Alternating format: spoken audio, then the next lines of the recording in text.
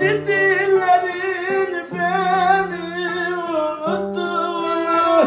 Nasıl dedi dillerin beni unuttuğunu? Sık kafama bir kurşun, yaşa mutluluğunu. Kör olup görmeseydim başka el tuttuğunu.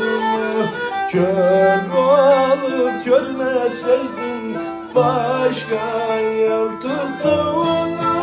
Yâre selam söyleyin gökteki uçan kuşlar.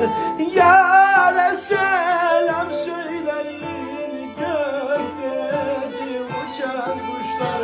Ben doyamadım ona, doysun kara topraklar. Ben doyamadım sana, doysun